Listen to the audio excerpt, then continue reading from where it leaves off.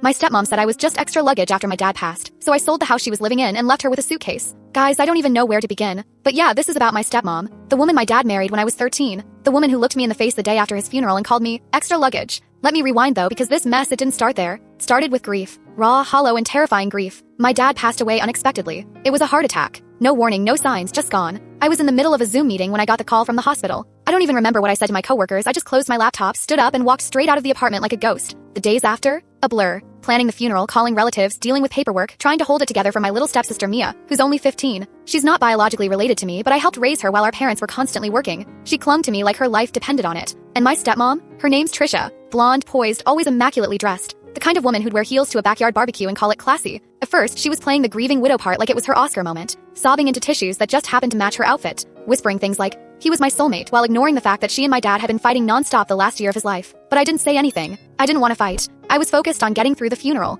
and I had no idea that behind the scenes, Trisha was already moving chess pieces I couldn't even see. The funeral itself was hard. Like so hard I couldn't breathe the whole time. Seeing my dad's casket, hearing the pastor talk about how family was everything to him, and all I could think was, yeah, then why does it feel like mine's falling apart? After the service, people came back to the house, my dad's house. The one he bought before he even met Trisha. The one I grew up in. And that night, Trisha dropped the bomb. She waited until everyone left. I was helping clear plates from the kitchen, still wearing the black dress I'd cried in all day, and she just casually said it. "So, you'll need to be out by the end of the month." I froze. She didn't even blink. "This isn't your home anymore. You're not a child. And frankly, with your father gone, keeping you around feels like dragging extra luggage. No offense." No offense? I swear I almost choked. This woman I let borrow my flat iron. This woman whose daughter I helped with school projects and bedtime stories. She looked me in the eye and called me extra luggage. I laughed. Not because it was funny, because it felt like the only thing I could do to keep from screaming. "I grew up in this house, Trisha." She tilted her head, all fake pity. "And you've outgrown it. Look, your father was generous, but you're a grown woman now. You'll land on your feet." I didn't even know what to say. I just stood there, heart pounding, mouth open, like someone had slammed a door on my past and locked it behind me.